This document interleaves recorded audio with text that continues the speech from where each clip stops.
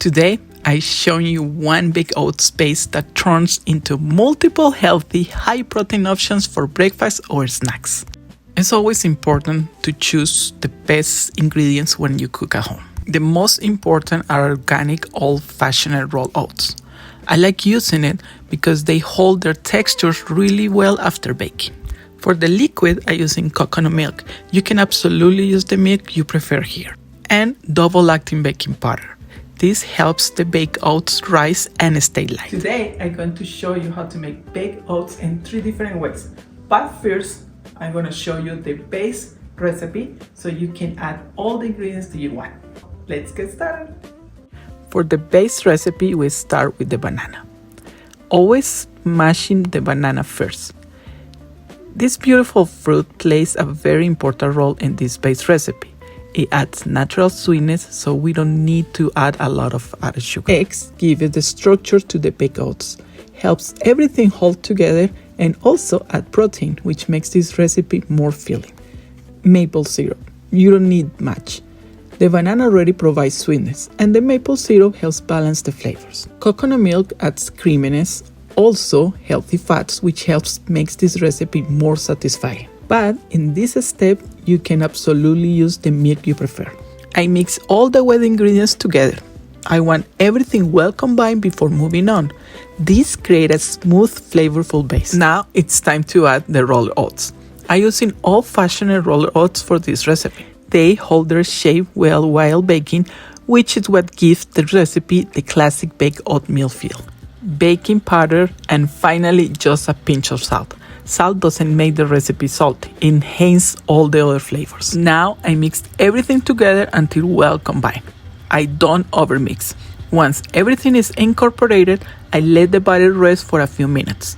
This gives the oats time to absorb the liquid and improves the final texture. Before baking, I always grease the pan. You can use butter, ghee, or coconut oil. This helps preventing sticking and makes the baked oats easier to remove. Before adding any flavors, I'm baking part of the base recipe on its own. I'm using the air fryer for this recipe because I think it's easier, but you can use the regular oven as well. Don't stress about remembering everything. The full bilingual recipe and all the links for the ingredients and utensils are in the description. Now let's start with the first flavor. This one is almond butter and banana. This one is one of my kids' favorite. And let me tell you, she doesn't like bananas. I start by adding a layer of the base recipe, filling the container about halfway.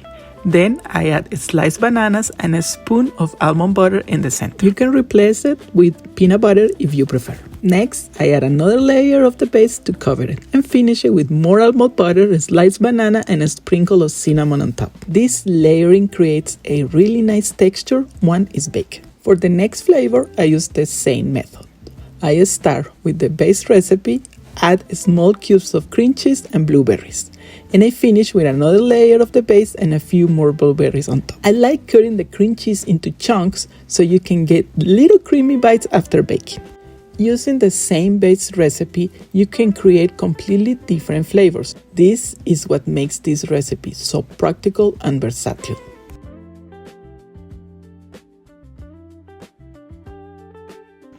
Do you like zucchini banana bread? You will like this one. It's the baked oats copycat banana bread. Same butter that I use for this one, I use for this one, cocoa powder and dark chocolate chips. Now let's talk about the zucchini. Zucchini is very mild vegetables, which makes it perfect for baking. It doesn't have a strong flavor, and once it's baked, it blends really well into the recipe. This one is one of my favorite ways to introduce vegetables to kids who don't usually like them. I start by grating the zucchini. Then I squeeze it really well to remove as much moisture as possible. I'm using a cheesecloth, but you can also use a clean, thin kitchen towel. Taking this extra minute makes a big difference in the final texture.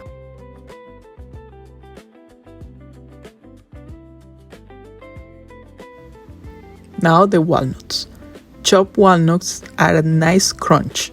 They also provide healthy fats, which help make this recipe more satisfying.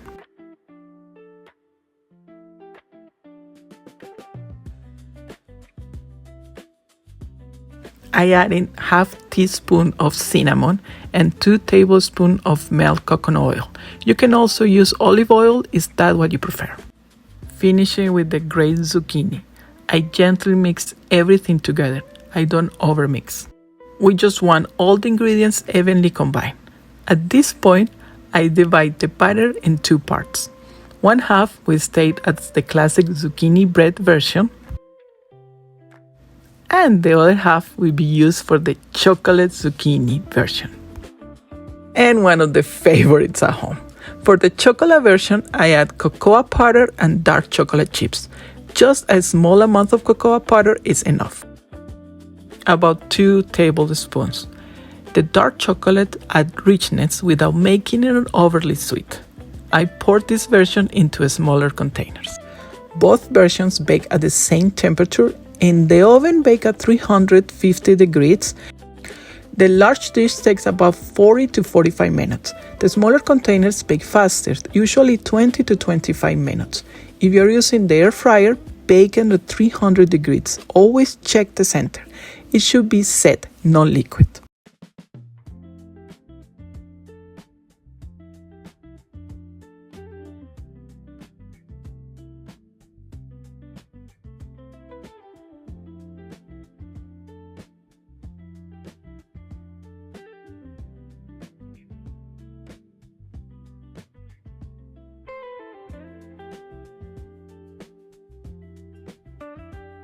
This is how the baked oats base recipe look like.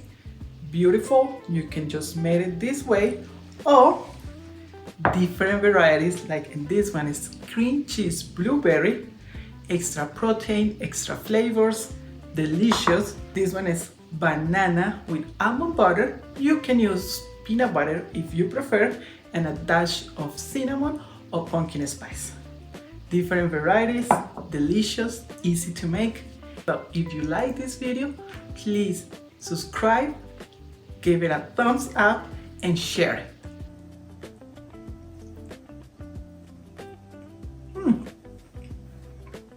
Creamy, sweet, high in protein, delicious. You have to try it. Now I'm going to bring my kids, so they're going to try this. Andrew and Emily! Yay! Yay!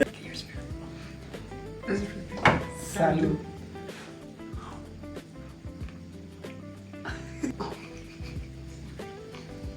That's really good. It's really good. You guys like it? Yeah, Yes. you can't taste the zucchini at all. It's really good. So thank you. See you guys in the next video. Bye. Thank you so much. Ciao.